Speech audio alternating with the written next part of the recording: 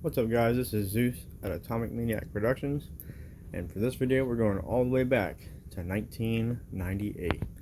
So we have the Canonndale SuperV Raven 3000 full carbon, and then it's got the aluminum backbone here and underneath as well, going all the way down. I paid $500 for it plus shipping.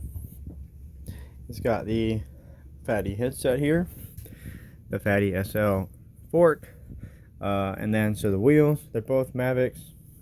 The back is 517, the front is 217, both SUP. And then the rear tire and the front tire, they're both the Piranha Pro, except, what was the difference? I think these are 2.0s and the back is 2.1s. So you can see that. It's a really cool decal there, or tire etched in rubber logo with the blue Piranha there, with the yellow words, and then blue Piranha here with red words. So, and then the hubs are parallax, just like the couple of SuperV, regular SuperV 2000s, 3000s, and 1000s that we have. And then we'll start on the changes I did once I bought it. So it came with an aluminum handlebars. Couldn't think of the handlebars for a second. That were busted. They weren't the original, so I wasn't too upset about replacing them. I ordered some era-specific Canonndale ones.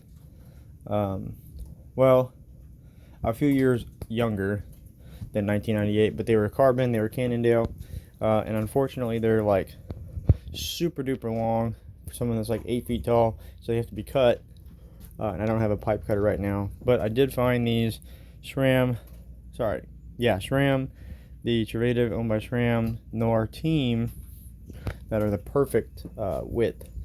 And then I went ahead and bought these Ergon GA3s, which these are actually pretty nice. I like them, the way it flares on for the inside of your hand, inside of your hand.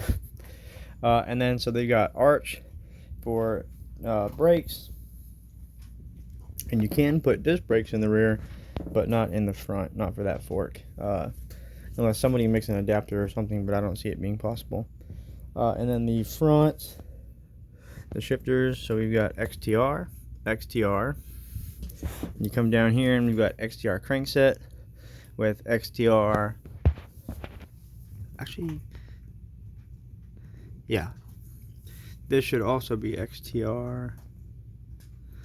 This is LX for the front derailleur, so that's been replaced, and it's a lot different, much newer, not that much newer, but still newer. And then XTR rear derailleur, XTR chain, and XTR 9-speed cassette. The Fox shock here still holds air.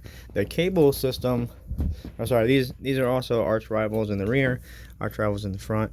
But the cabling system, it's super weird. It goes through this shock, and you can see it's mounted here, and then mount here, and then mount here, back up to on this side, and they're crossed,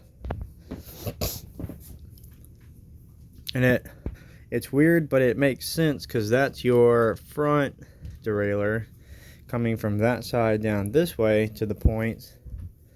But it's super weird how it crosses the fork, for me at least. I mean the shock. So, but I think if you did this, it would come down to this this port here. So it came with, he had yellow clipless pedals. I swapped them out I did black Bontrager pedals. I might swap to like yellow race face or something like that later, but for right now they're black Bontrager. And then the Cell S&P TRK yellow seat, that's what I swapped. He had one of those O2 seats, and it was leather as well. They're both leather. His is more era specific, but mine is much more comfortable and not ripped. The seat post clamps are so weird. You undo both, and then that's how it slides. And it's to me it's crazy, but I'm super afraid of riding it because of all the bottom bracket issues that happen with them. Even though it was more likely to occur on the second gens. But I'm going to take it easy. It's not going to be hitting any trails. So, but the fork still holds air, the shock still holds air. It shifts beautifully. The brakes are super tight and need to be adjusted big time. But that's how I got it out of the box. So I'll be doing that. 3x9. To me, it's not worth it. It might be worth it to find the front derailleur and change that back to XTR. But I would have to make sure, obviously, it's compatible with this XTR shifter, as I already did, making sure that was compatible. So it's not the end of the world if it's not. And I would not change the stem to carbon. I'm debating the seat post, but I'm probably not going to. It's definitely rear heavy with the metal swing arm here, and whoops, that's my finger. And definitely not too bad in the front, but the wheels aren't that light. It's a pretty light bike overall. If you've seen the Walkaround for the 1997 M2, it's actually,